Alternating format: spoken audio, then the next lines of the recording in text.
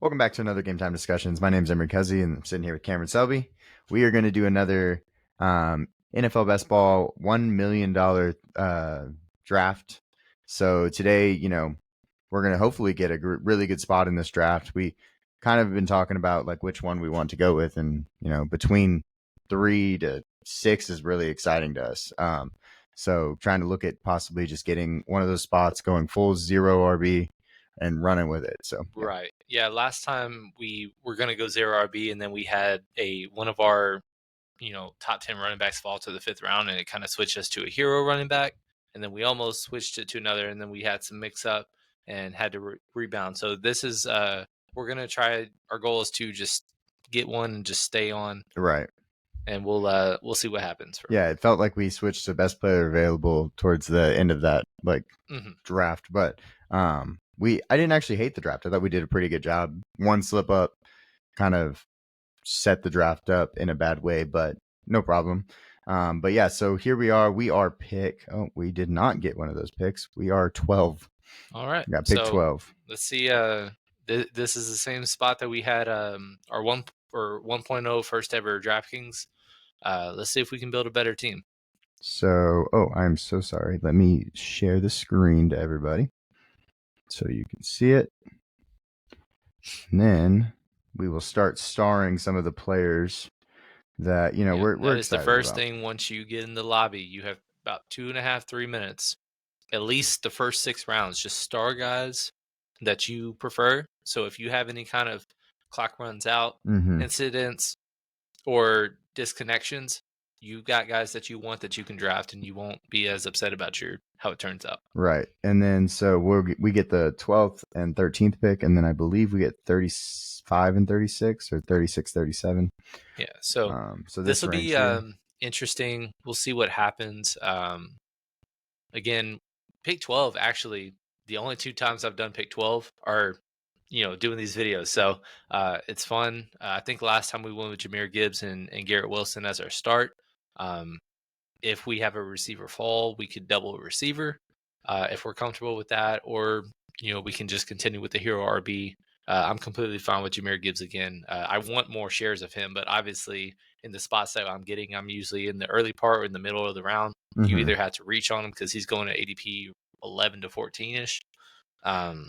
So basically you have to be at the turn at the back half of the first to get him. Yeah, there's making some stands. We actually have Garrett Wilson above some of the other receivers that are earlier than him in our rankings.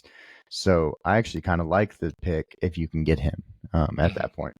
Right. So, and then just looking through these guys here, like Chris. Oh, it looks like we're going. First pick is on the board. Let's see. Let's maximize. Let's do all that. Yep. Christian McCaffrey gone. Expect some wide receivers next. I don't expect another running back for a little while. All preference, and also if you really like an offense, say you want to go Jamar Chase because you want Burrow in the 7th or 6th round, I believe. That is an okay choice, Just kind of like make sure when you're drafting, you go CeeDee Lamb. Okay, where's Dak? How do I get Dak if I want that stack? So kind of, again, in the first round, you don't know where you're going to be, so you want to just kind of divvy up your ownership between some of these guys, but you do have to take some stance on guys. You can't just be even 15 to 20% on every single one of the 5 straight receivers that go after Christian McCaffrey. What my kind of preference is right now is to being underweight on Christian McCaffrey.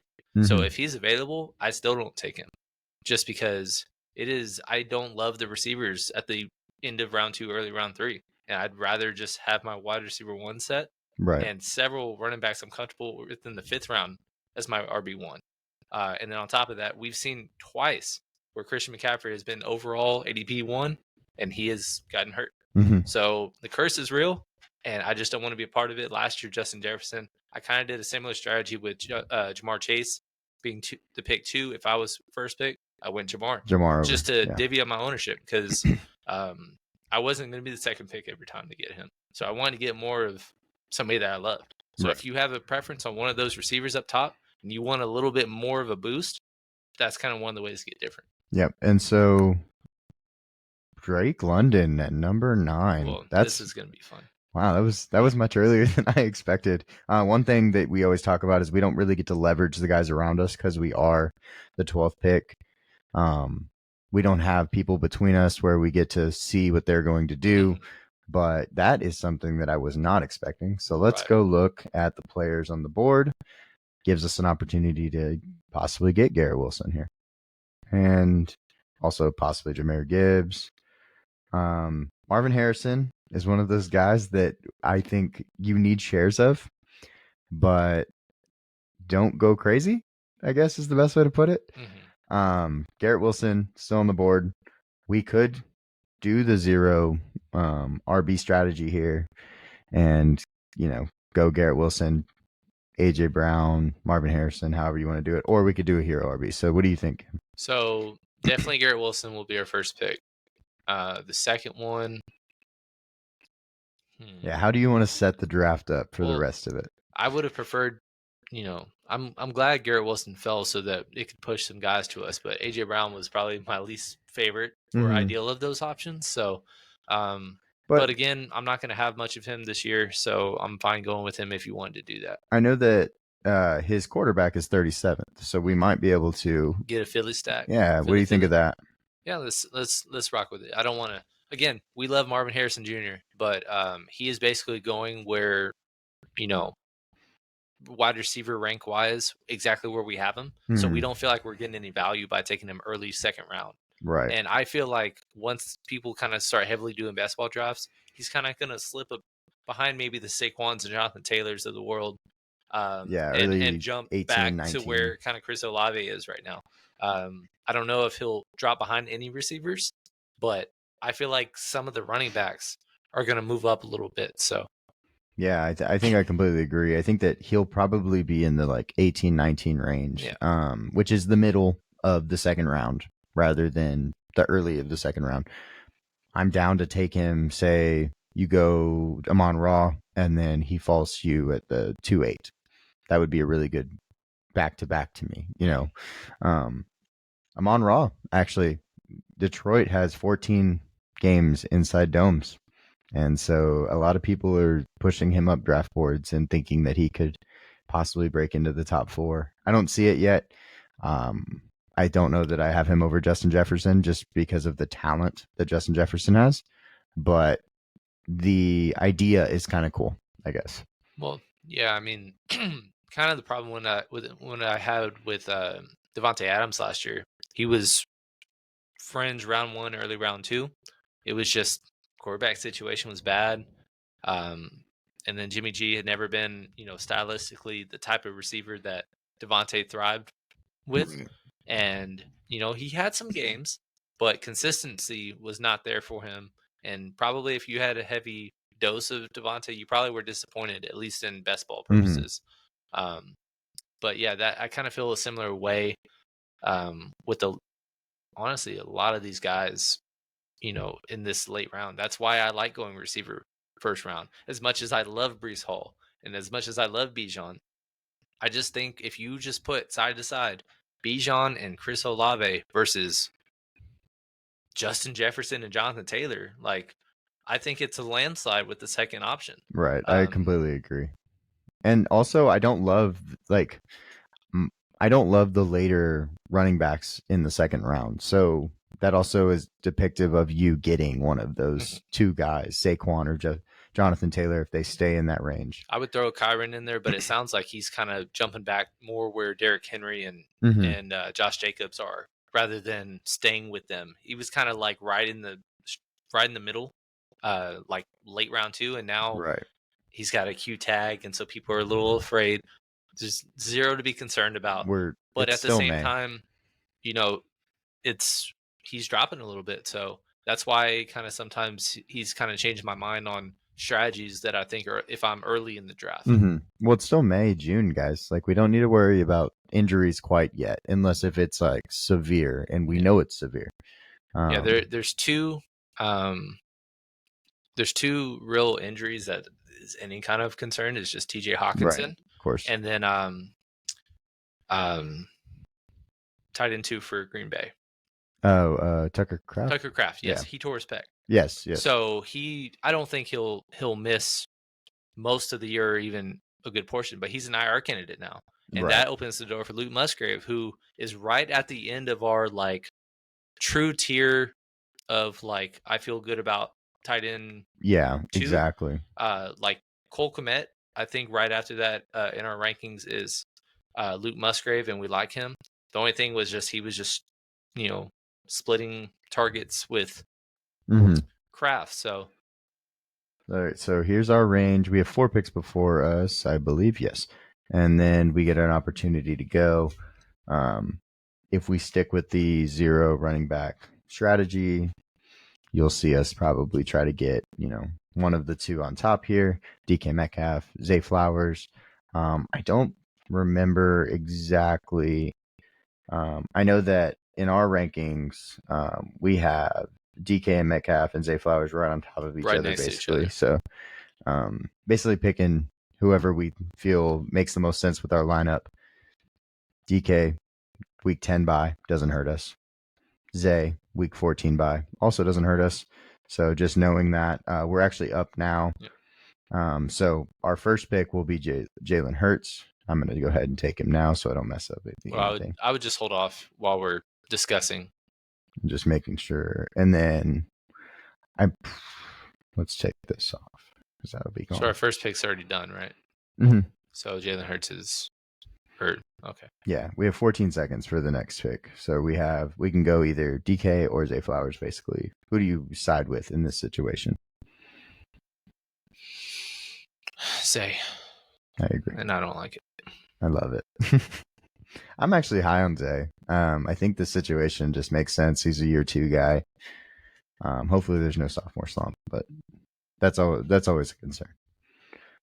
Tank Dell rounds out the top 3 Houston players. It was a really weird draft that we had last time where, all the Houston players were really concentrated, and we watched a team completely just whiff on the fact that they needed to get CJ Stroud with the double stack.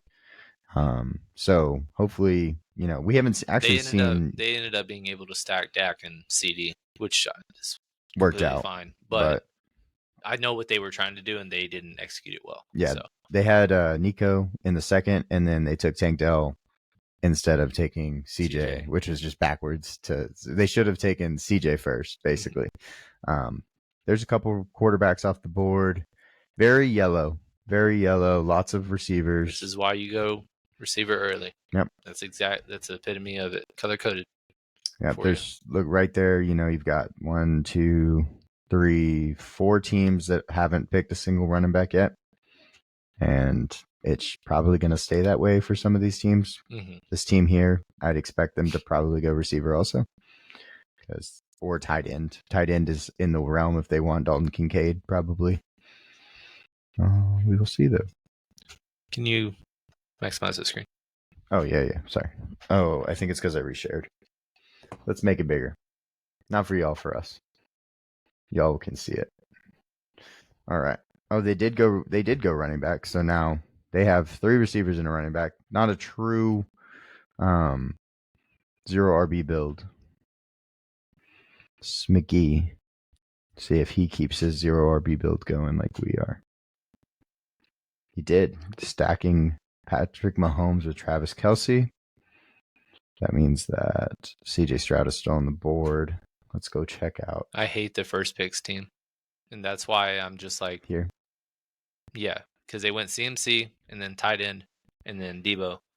2 San Francisco players. And that's like, okay, but like your wide receiver 2 is going to be like Amari Cooper. And then very interesting pick in Anthony Richardson. So... Yeah, that I can feel good about that team not no correlation going on. No correlation. 1 wide receiver through 4 rounds, or they took their second receiver, George Pickens, which fine, but again, we've talked about toughest schedule after their bye. All division games come in their final 8, and then the other 2 are, I believe, Philly and Kansas City. So it's a gauntlet, and I don't feel good about George Pickens as my wide receiver 2, even though he has volume opportunity galore. I think the biggest question for me is, am I comfortable with Deebo Samuel being my wide receiver 1? No. Am I comfortable with George Pickens being my wide receiver 2? Not really, So I don't really. That's a problem, obviously, with that team.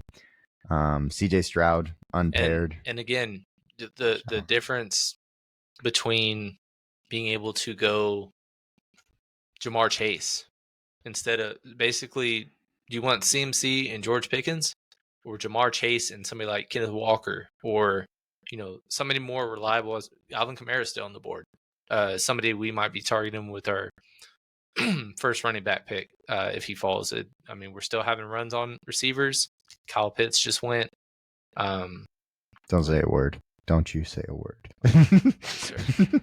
Well, Joe Mixon will not jinx this. Scott White's still there. Yeah. Fine with any of them. Jaden Reed's still there. What do we have? 2 or 3? We went through receivers, right? So yes, we have 3. I'm fine. Don't so really at the 5-6 turn, the last tight end I'm really considering if I wanted a tight end in the first 6 rounds is Kyle Pitts. Obviously, he just went in the 5th round. Mm-hmm. So tight ends are kind of earlier, so we might have to go the 3 tight end route, which is fine. So with that being said, as a combatant, looks like Kamara just went, but I'm still fine with going a wide receiver 4. Whether you want Keenan Allen or Jaden Reed, probably Keenan is much higher in our rankings. Yeah, Keenan Allen is the pick to me. I don't love either Kenneth Walker or Joe Mixon as a running back 1, but we'll create some depth. Do you have a preference between either of those two? They're pretty much right next to each other in our rankings as well. I'd probably say Joe Mixon. Okay. What round? It would give us another week 14 bye. Round 7, right? Yeah. No, round 6 here. We could actually go a wide receiver again and just try to scramble. That's actually how I kind of see this going. If you want to do a true 0 RB and just do something crazy. What do you think? No, I would prefer to go either Walker or Mixon. Okay. Well, we went with Mixon. Okay. No true 0 RB on this. Because my thing is we got to wait 24 picks or 23 picks for our next turn, and though that range is going to be like Zamir White as running back 1. Mm-hmm. I love Zamir White as a running back 2. Running back 1, we're going to have to draft like maybe 8 or 9. With Mixon, at least there's volume, and then also we like Dameon Pierce as a handcuff. That's somebody that we'll target later on. But yeah, this is kind of where we're going to start seeing a ton of running backs go off the board. Yeah, everybody's kind of got wide receiver down, except for this guy that's drafting now. We see basically every single team except for the Drake London team, who obviously they threw their draft, and then the first pick who has 0 correlation. Everybody else has 3 receivers. Mm-hmm. So that's just kind of how we're figuring it out that way. Basically knocking those teams out, and we've got to adjust from there. Yeah, we've seen, like we were talking about earlier, me and Cam have been talking about possibly doing a robust RB draft. And it's a little bit awkward, but you would see us going 4 straight running backs, basically. 4 out of 5 of the first 5 picks. It's a little weird, but, if you're in the right position in the draft, you're capable of getting some really good RBs, and then the basically premise, going all it's the flip. It's the premise is essentially most of the time, if you have an ideal draft, the way you want to divvy up your roster is 7 to 8 running backs, 7 to 8 receivers, ideally 2 tight ends, and then 2 to 3 quarterbacks. And going robust running back basically means you're going 5 running backs for your entire season and roster. So that opens up the door to either triple down on both tight end and quarterback, or go 10 receivers. And again, receiver is king. You can start up to 4 in this style of best ball. That's just kind of the premise of it. We haven't done that in a realistic way. But again, we've seen weird drafts just take down, and it's just because they nailed all the middle round picks, and that's what it's going to take. There's going to be several of these guys that are going wide receiver 3 and 4 they're going to be top 24 wide receivers, and we just don't know who they are. Well, I think what excites me about the robust RB is that it's different. And the point of, of course, that doesn't necessarily mean it's going to work. But if it's on the other side of like what everybody else is doing, you're going to have opportunities, because if you take all the running backs early, then you have to think, okay, well, now I'm attacking wide receivers while everybody else is going running back. And you might get some to fall to you, some options, things like that. But yeah, I want to try it just because it sounds fun. And why not? Because any draft that we make could work as long as we hit the middle picks, like Cam said earlier. So Zamir White off the board. There wasn't actually a ton of running backs taken. I'm actually kind of surprised. I'm guessing they're coming right now. Should be a run right here.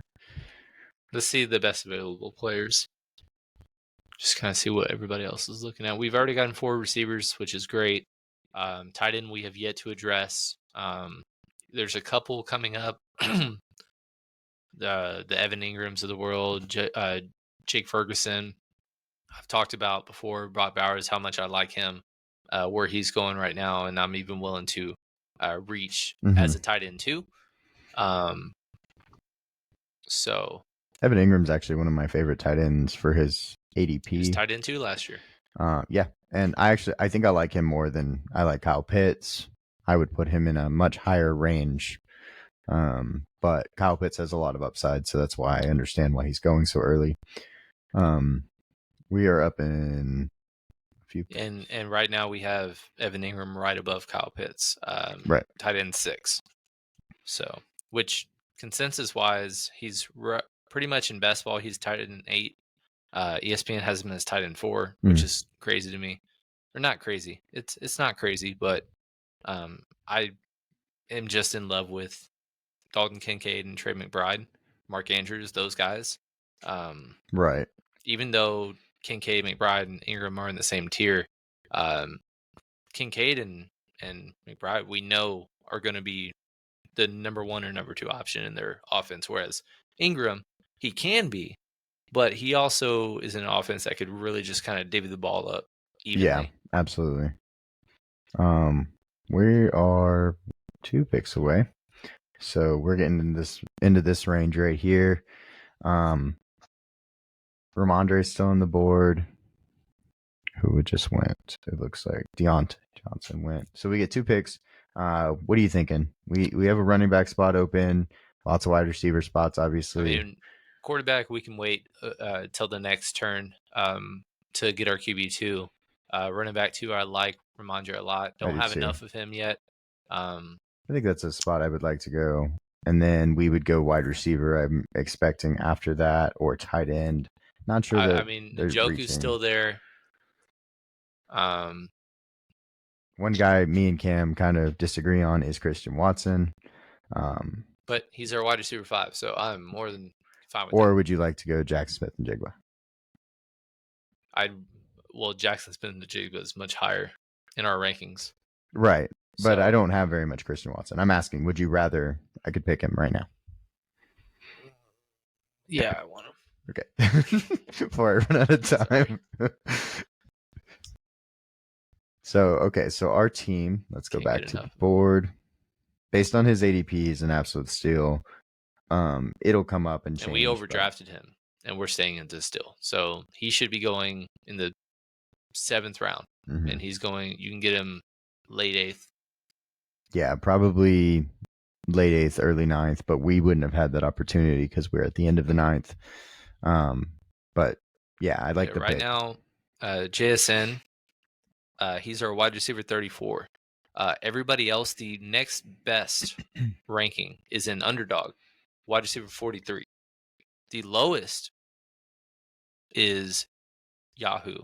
And then actually I'm surprised, and I brought this up, DraftKings has him as wide receiver 47, which he's more of a PPR player. So I'm surprised that he's lower than underdog is on him. Yeah, I completely agree. That is odd. But I believe he's our highest positive differential from the consensus. Out of everybody, yeah. Out of everybody. Looking at tight end, we're going to have to get into that conversation here in a second. Brock Bowers, Dallas Goedert. Well, Goddard, because we have Jalen Hurts. Perfect. We get that double stack with AJ Brown. Feel pretty good about it. But again, Dallas Goedert's right at the very end of our tier 3, or right at the beginning of tier 3, early tier 2.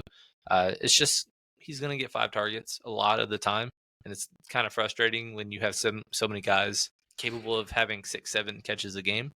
But that's not anything a tight end or 3 tight end build can't fix. Right, of course. I just wish there was, some rookie tight end that we could pick, make everything okay. Yeah. Weird. I mean, if he falls, nobody's really overdrafting Powers per se. No. I don't expect him to fall to us. If he does, I'm going to be high-fiving you.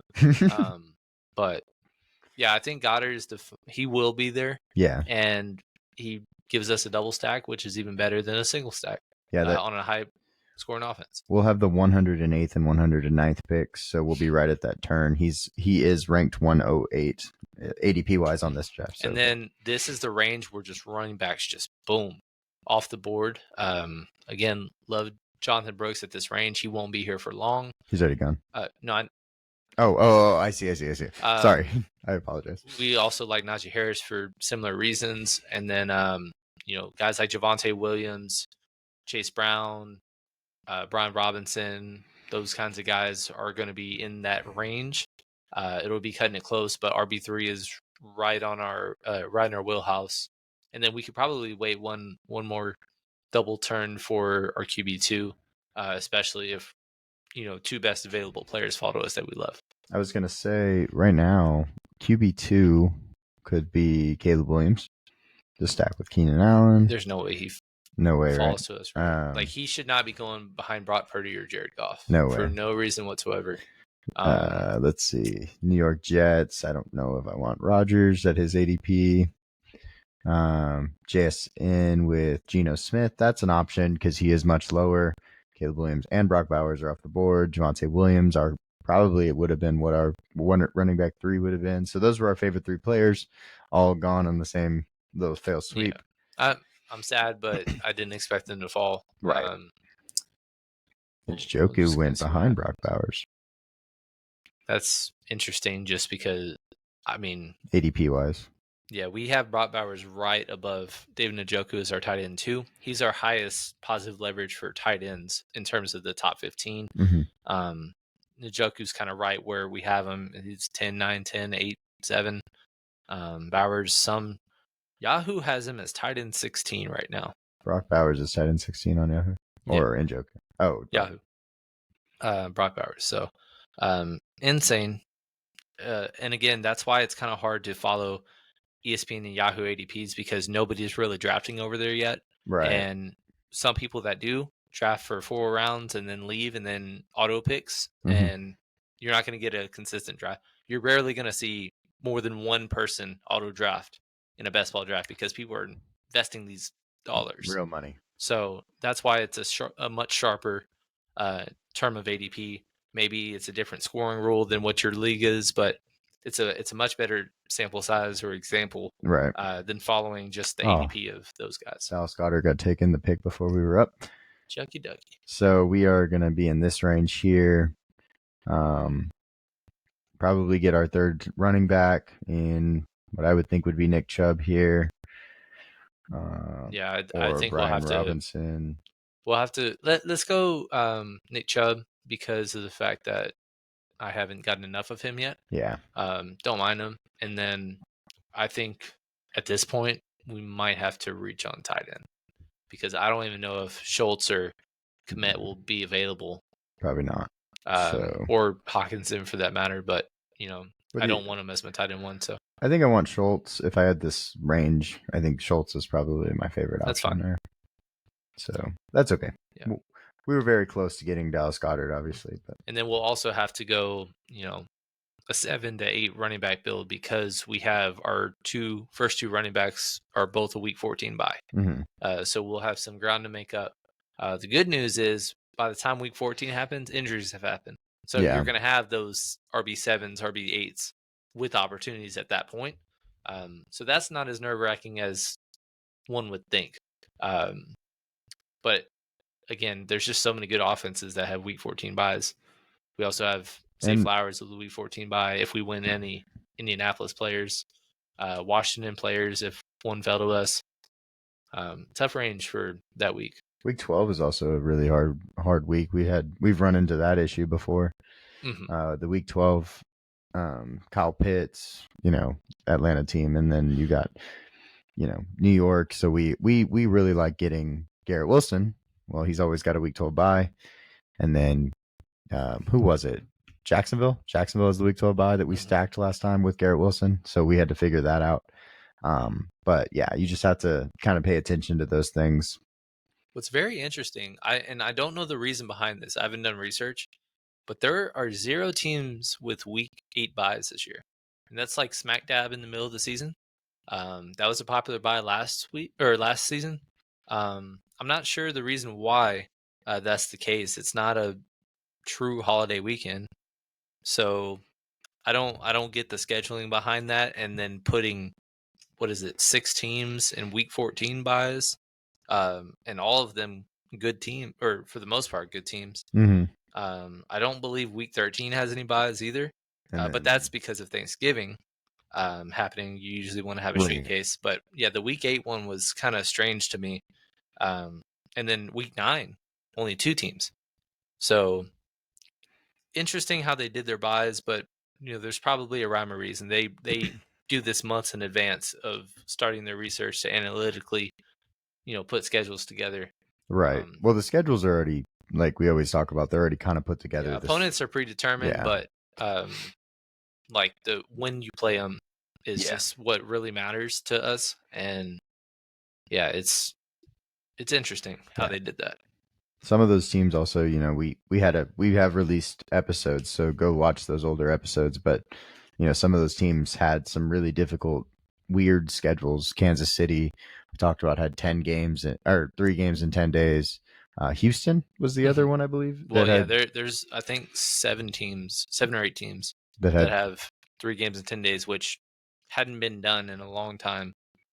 It rarely ever happens, and it happened a lot this year. But it also happens because kind of NFL Christmas has taken over, and Christmas is right in the middle of the week this year. So it's not always going to be a thing. Next year it'll be on Thursday, and it'll be a lot easier because there's Thursday games every year or every week. So. I don't think there's a Tuesday game this year, but there's an every other day of the week game, right? Yeah. No Tuesday games unless there's postponements. Kansas City's on every single day of the week, which is something that's pretty intense. That's what happens when you're a 2-time champ. Yeah, everybody wants to put you on their prime time. Everybody's gunning for you. So, but yeah, looking at this, you see a lot of green in this area. No surprise there. This is where the running backs kind of just like start coming off the board. That's going to include us in a minute, and we're probably going to have to find a running back, but and a backup tight end or tight end too. But yeah, so if you look, even one of these teams, 3 running backs in the last four picks, 3 running backs in the last 4 picks again, with Zeke there, Justin Herbert. But yeah, it looks like, this draft's pretty typical at the end of the day. I think it's kind of followed. Other than, the team 9, I think that took Drake London first. Right. Like every now and again, you'll see one that's clearly like sabotaging for the benefit of maybe a friend that's in that draft. We've seen that before where everybody, like 4 quarterbacks are taking their first 7 picks. Like you can tell that they're doing this intentionally. And I don't know if that's one, but obviously that must be either a really heavy Falcons fan or somebody that just is tag team in a better roster, unnamed roster. Lots of quarterbacks just come off the board. Let's go look at the players. We're up in 2 picks. Brian Robinson's still there. Love it. But again, it'd be another Week 14 bye. But again, Cole Kmet, I think, would be a priority. Yeah, that stinks. Josh Palmer could be the number 1 receiver in Los Angeles. Cole Kmet, obviously someone we're about to because we need him. Which, even though I'm happy that we're able to land them, after the fact, I still think it would be smart to go 3 tight ends. No, I think this with is those guys. Yeah, I definitely agree. This is definitely one of those drafts where I think we need them. Let's see what happens here. Josh Palmer. Okay. Ideally, I'm not even going to say it because I keep jinxing it. It's us.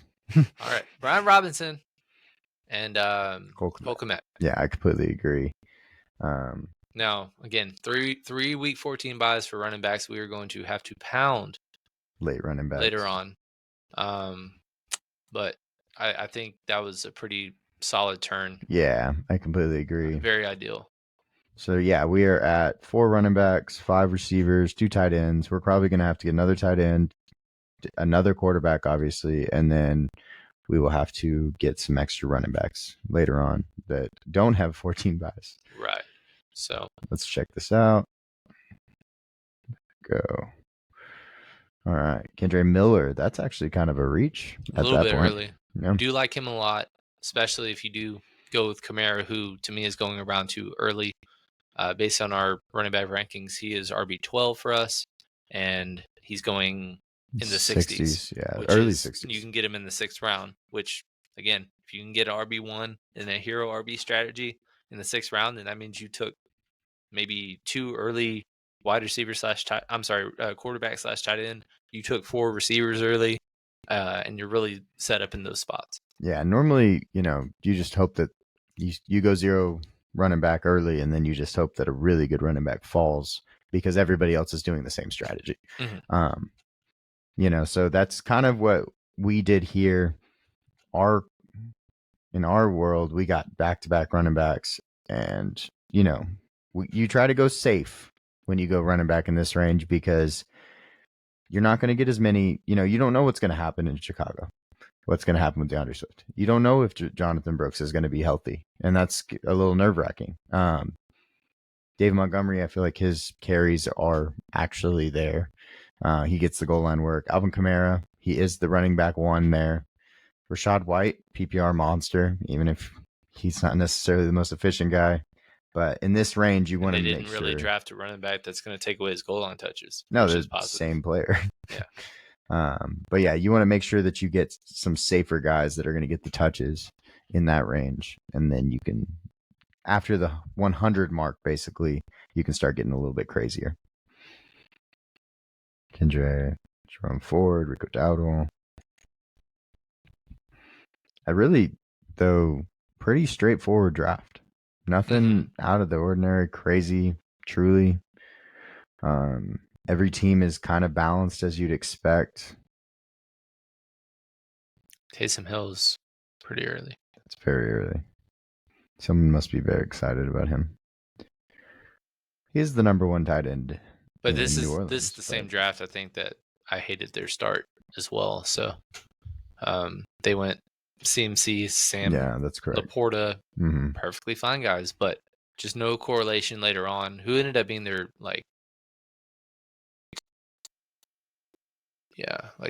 there's just Samir White. They just literally closed their eyes and picked. For best guy available. They did get a double stack with Detroit players. But that's basically what the best part about their offense. But they didn't get Jared Goff. So. They did. Oh, they did? They did, yeah. Okay. That's the best part about their whole team is their double stack. That's it. I guess. D-. And then you can look around, see this team over here at 11. Harrison, Waddle, Tank Dell, Algamera. Fine. That's a fine team. No quarterback yet. That's a little nerve-wracking. For which team? For this 11 team right here. Oh, the 11 team. Okay. Yeah. I see. No quarterback yet. So they'll have to find one later on. Yeah. So some of these teams are just kind of going to eliminate themselves. Yeah. Based on their draft. Like, I already see 4 teams that I'm just like, all right, not worried about you. Again, going into the playoffs, you have to be in the top 2 of your group of 12 to advance to the next round. And then I believe it's top 2 after that. And then it's top 1. Top 1. The last 2, or the last one, and then championship week. But, you can kind of cut your odds and not cut your odds, but cut your opponents in half, basically, with just drafting well and correlating and targeting players and positions where you want to. Yeah, let's go look at some players because we're coming up on our pick. We're going to need some running backs that aren't week 14. There's one that we like. JK. Ray Davis. Yeah, let's just look at running backs real quick just so we can get an overview. Mania Vidal. Oh, well, there you go. Marshawn Lloyd gone. How many picks do we have? 3 picks. Mania Vidal, Tyler Algier, who we like. Ray Davis is a guy that Antonio I like. Gibson could be a handcuff. It's week 14. Well, yeah, that's what I would say. Yeah. And then we'll go to the wide receiver. Let's just go to the flex position, actually. Because I don't really... Well, we do need quarterback, don't we? Okay, so we need everything. I forgot. Kind of guys in that range, though. I'm not really sure where I want to go. What are you thinking we're up? Well, Aaron Rodgers is still there. And with Garrett Wilson. We have Garrett Wilson be a stack. I think that's one of our picks. Mm-hmm. If we want to get our third tight end out of the way, Cade Otton. Yeah. Don't mind. I don't believe we have another week 11 bye, which is solid. And then, but if you want to go running back, it's kind of a rough range, but is Kamani still there? He is later. So, a little bit of a reach. Maybe we can just hold off on running back. So maybe I would say wide receiver 6. Or Cade Otton. Let's mark him. I'm kind of comfortable with that because the next best is, Ricky Pearsall. Don't want to do that. Troy Franklin, Roman Wilson. I think I'm okay with just going with our tight end and then going back around. Yeah, and then there's some on the next turn that we say, again, it's the big run of rookie wide receivers. And then on top of that, there's a couple guys later on in good offenses that you're just looking for a couple games. Rashad Bateman, kind of one of those guys that former first-round pick, had been healthy the last couple of years. Really, really low priority right now for a lot of people. So, but who knows? Yep. 3 quarters of the way through this draft, and I think our team's shaping up really well. We have, of course, we knew we needed to go third tight end, so we did that. We have 2 quarterbacks. I don't know that we need another one, unless you're just worried about Aaron Rodgers. With Jalen. Mm-hmm. So basically, we're just going to go wide receiver and running back from here on out, and that'll be that should be good, I think. Mm-hmm. Unless we want to randomly take a shot on a guy like Justin Fields or something if he's still there late. Yeah, we'll see.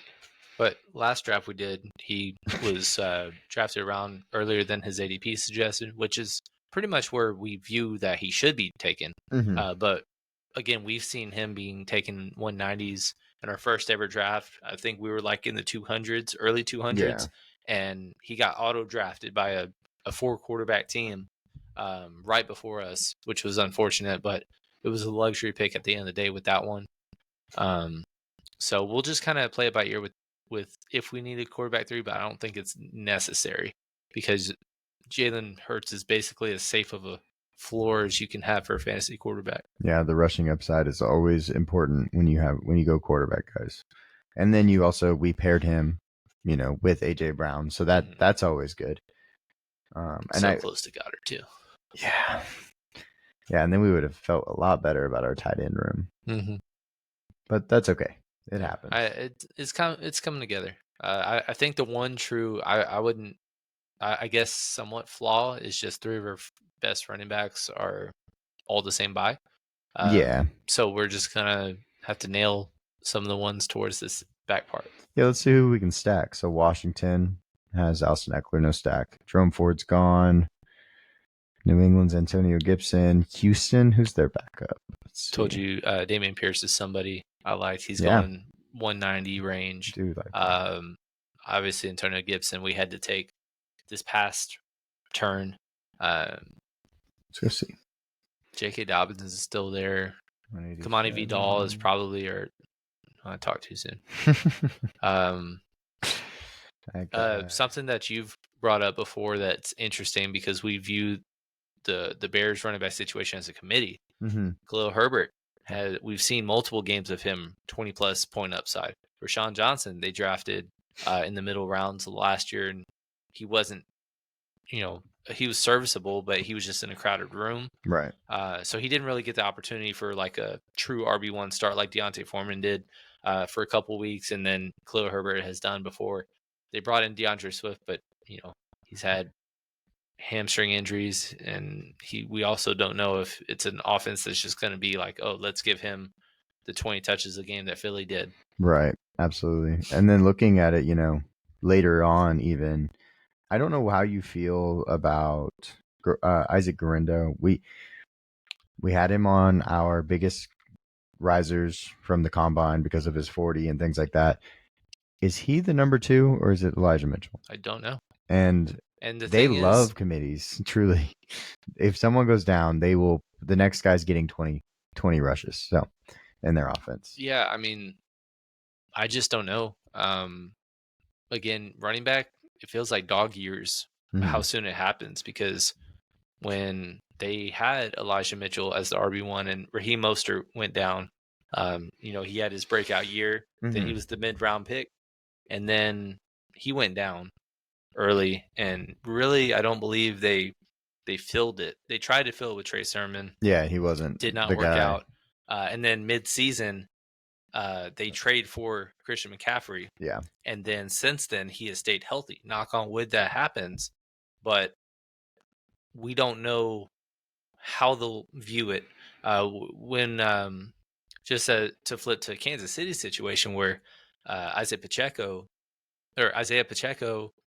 kind of took every touch for the running backs, and he went down for a couple of weeks. They pretty much just 50-50'd CEH and Jerick McKinnon. Obviously, McKinnon's gone now, but they kind of went committee approach. So it's not always a guarantee for situations that you'll see just hand the ball 20 times, but that's going to be interesting kind of to watch for late round. For sure. Well, I was going to say that Justin Fields went off the board in the 15th round, so that was interesting. Again, we expect that to rise. So we're up. Running backs probably, has to be the main thing. Khalil Herbert, Dameon Pierce, we get our backup. He's got to work week 14 by though. It's fine. I like the stack of or handcuff of Dameon Pierce, so he will be one of them. I think, and then it's just that's what I was gonna bring up was Bucky Irving or Khalil Herbert. Maybe if we take Khalil Herbert now, we can on the other turn get Roschon. Right. Don't think that'll happen, but it's a shot we can take to kind of correlate our lineup a little better as well. Yeah, and looking at some guys that I had queued, CH is still going to be a round 19 guy. So we'll possibly look at him in a little bit. And then one of our favorite guys that we're going to talk about on every show, round 20, go ahead and get you some shares of Braylon Allen. Yep. Just get happy with it because he is the backup to Breece Hall. And he can take away the goal line rushes because he's so damn big. I mean, what is he? 6 foot? Nah, I think he's 6 foot 240, 6'2", 240, something like that. So yeah, he will take the goal line rushes. He's 19.9 years old when the season starts. I remember that from our slides. And then Audric Estime, one of the most productive running backs in the country last year. He was in our top 3 overall running backs, and he fell to the 5th round to the Broncos, who Javonte Williams is their guy. After that, they really don't have anybody. Jordan McLaughlin was kind of a by default guy. Samaje Perine underwhelmed, and he might be a cut candidate. So we really like him because you can get him in the 18th, 19th rounds. With Roschon going off the board, we're going to have to kind of grab a couple of those guys. But Bucky Irving going. Yeah, Roschon went much earlier than I expected. They have a lot of opportunity there. They drafted him, and I guess he was a 4th rounder, 3rd rounder. It was a 3rd rounder. Was he a 3rd rounder? So in that range where you're like, okay, this guy's probably going to get some touches. They're not going to. Yeah, I know that DeAndre Swift is there, guys. DeAndre Swift is probably not going to take more than 50% of the snaps in this backfield. And maybe has some receiving upside, of course, with DeAndre Swift, but with Roschon, they're probably going to hand him the ball. So he was early 4th. Okay. Kind of right in the middle of it. But gotcha. There goes Isaac.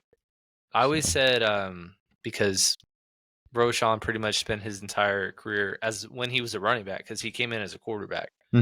He pretty much spent his whole running back career behind Bijan. Right. Bijan, best prospect in 5 years, etc., and so on. And I said when he came out, I could see him being Priest Holmes-esque. Right. Little history lesson: Ricky Williams, well known in the Austin area, most recent Heisman winner in 1998. Obviously had all the touches, broke the franchise and national rushing record, and Priest Holmes was the backup. And he didn't really get much opportunity, went undrafted, and then he went to Baltimore, who, spot started, and he had 1,000 yards, but then they drafted Jamal Lewis. He was a backup. Went to Kansas City and had the best 3-year run in fantasy football history between 2002 and 2001 to 2003. I can see, obviously not the best in history, but a style of when he comes in, no starting experience, but eventually overtakes and becomes a serviceable running back for a few years. That's on the board of outcomes. Right. I actually played with Priest Holmes' son when I was in college. And so, Jacobin, we're talking really good things about your dad right now. He was an awesome football player, and we loved watching him and play fantasy. I got a McFarlane figure of him that I'm going to dig out of my parents' place, and we're going to put it right here, because he was one of my favorite players growing up. Yeah. And so, getting back to the draft, of course, Audric Estime is still on the board. Looking at this kind of range, we're going to have to go more running backs because we have week 14 buys, and we only have 2 running backs without one. So that's still something we have to get after. Keaton Mitchell has week 14. Let's see. Will Shipley is the backup currently in Philly. Again, Kenneth Gainwell, if you like him more than Will Shipley, I didn't really love anything about Will Shipley. He's not going to get any volume with as a running back 2 unless Saquon goes down. And I'm not even sure if he's going to get all the touches because Kenneth Gainwell has been productive when he's been a backup. Yeah. And then just kind of looking at it, we're probably going to have to also look into drafting wide receiver. We're on the clock currently. So what do you think? Where do you want to go? Elijah Mitchell, running back, or do you want to go wide receiver? What's your plan? So is Audric still? He is not. He's not available anymore. So a little bit of a scramble. But I think Elijah Mitchell could be a good pick. Yeah.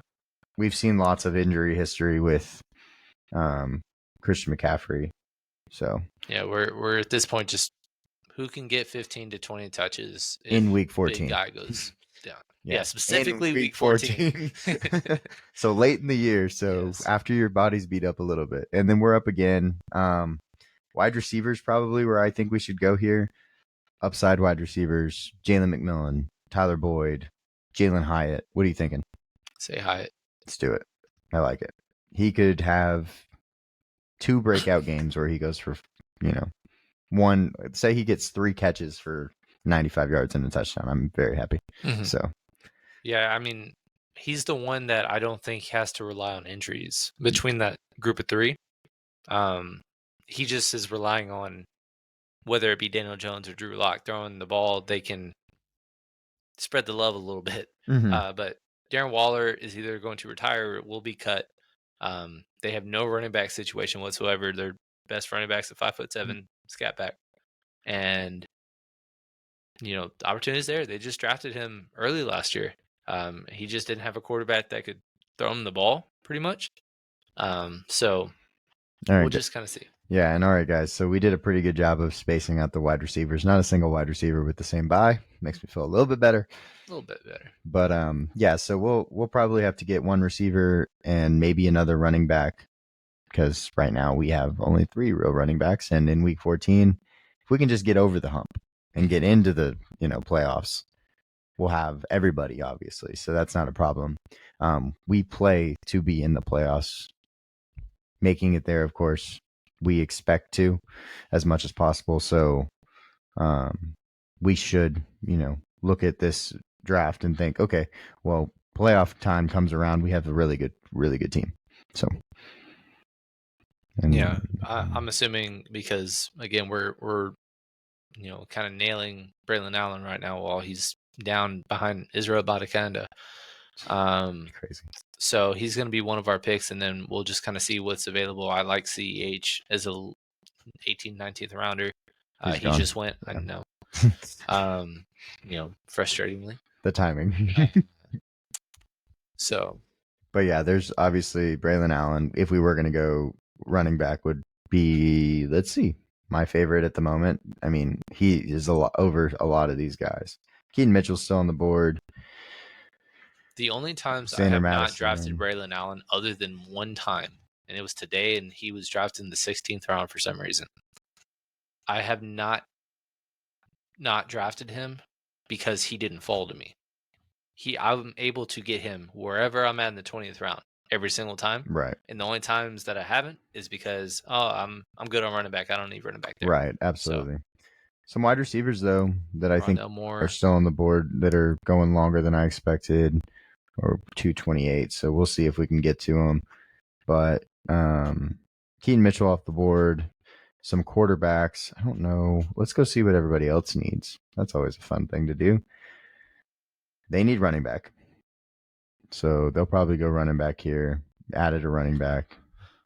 Very open, I think, on this team. A lot of teams with 3 quarterback, 3 tight end builds, which I'm surprised by. Maybe that's just the timing. It's just early in the draft season. Go wide receiver there. But yeah, 3 and 3, 3 and 2. 3 and 3. I mean, surprised that there's so many. But I'm expecting them to probably go running back. So let's get back on the board. Gotta stop hitting that button. Darius Slayton was the most recent pick. Traylon Burks goes. Okay. Get on your side, I guess, on that one. Few picks left before us. Okay. 2 picks left before us. Guy I like here. Well. Yeah, I mean, if we're going receiver, I still really like Rondale Moore here. Because again, I don't know between him and Mooney. I'm not necessarily confident in one or the other as the true wide receiver 2 in that offense. And their ADPs are about 6 rounds different. So we're getting him at the tail end of the 19th round, whereas Mooney's going 130s. Yeah. So it's a little bit of a wide gap. And then we got to go with probably our last running back. I'm very okay with just running away with our favorite running back in the draft. It's fine. Yeah, I mean, another suggestion is we've talked about Dalvin Cook, kind of Kareem Hunt, Zeke-esque last year that we've talked about in previous drafts that we got a ton of shares on when they were 20th, and then they were signed to open situations and their ADP skyrocketed. So you're trying to get ahead while you can. But again, right now, I think our boy. Oops. Something went wrong. No, I just stopped starring him because he's not on our team. All right, so our team is complete, and we're the first ones complete because we were the 12th pick. Garrett Wilson, A.J. Brown, Jalen Hurts to stack, Zay Flowers, Keenan Allen, and then we got back-to-back running backs. I'm sorry, let me go back up like this. Back-to-back running backs, Joe Mixon, Ramondre Stevenson, JSN, who is one of our favorite guys that we're reaching on at that point. Nick Chubb, had to get some tight ends, Dalton Schultz, Cole Kmet, Brian Robinson fell to us, actually. I thought he was a little too low in that part of the draft. Aaron Rodgers to stack with Garrett Wilson. Kate Otten as our third tight end because we didn't get a top one. Damian Pierce to stack. Joe Mixon, Khalil Herbert. We'll see what happens in that backfield. The handcuff for CMC, Jalen Hyatt, and Rondale Moore, and then Braylon Allen. Yeah, I mean, I like it. There's nothing to complain about other than just excessive Week 14 buys for running backs. Other than that, I think we did a good job. That was solid. Happy about the stacks. Correlation was good. A lot of good situations, and then again, I'm fine with JSN as a wide receiver 3. Yeah. Let me just say that that's kind of going to be a bold thing, but we got him as wide receiver 5, which makes me feel even much better right. about our team. So Absolutely. But we appreciate y'all being with us and checking out our another best ball draft that we're going to do. Of course, we're going to do a few best ball drafts, and then we're going to come out with other content, not just best ball stuff. But the more best ball drafts we do, the more insight we're going to have for them. Also, being able to talk about, guys that are too low, too high. You don't just always see those things right off the bat until you get into it and do it a couple times from, there's 12 draft spots. You got to try them all out before you kind of really have a good feel of everything. Right. So, yeah. Yeah. So we appreciate you guys tuning in. Please like, comment, subscribe, do all the things that, make this community stronger as y'all have been doing. We hit our first 1,000 view video, which was exciting to think about. And we're just going to grow as we continue to do so throughout the summer. We're going to be live streaming a lot of best ball drafts going forward. Next week will be a little bit lighter. We've got some vacation to burn. But after that, we're going to start doing some strategy videos for you guys. We'll continue to be doing these all summer long. Please tune in. Please like, comment, subscribe. Tell us what we're doing wrong. What would you do different? And all those good stuff. We want to hear it. Yeah, we'll do some position rankings, of course, for fantasy, and then we'll get into auction drafting. We'll get into regular fantasy. It'll all just start coming down, and then we're going to be in the season, So we're really excited, and we really appreciate y'all being a part of it. So have a good one.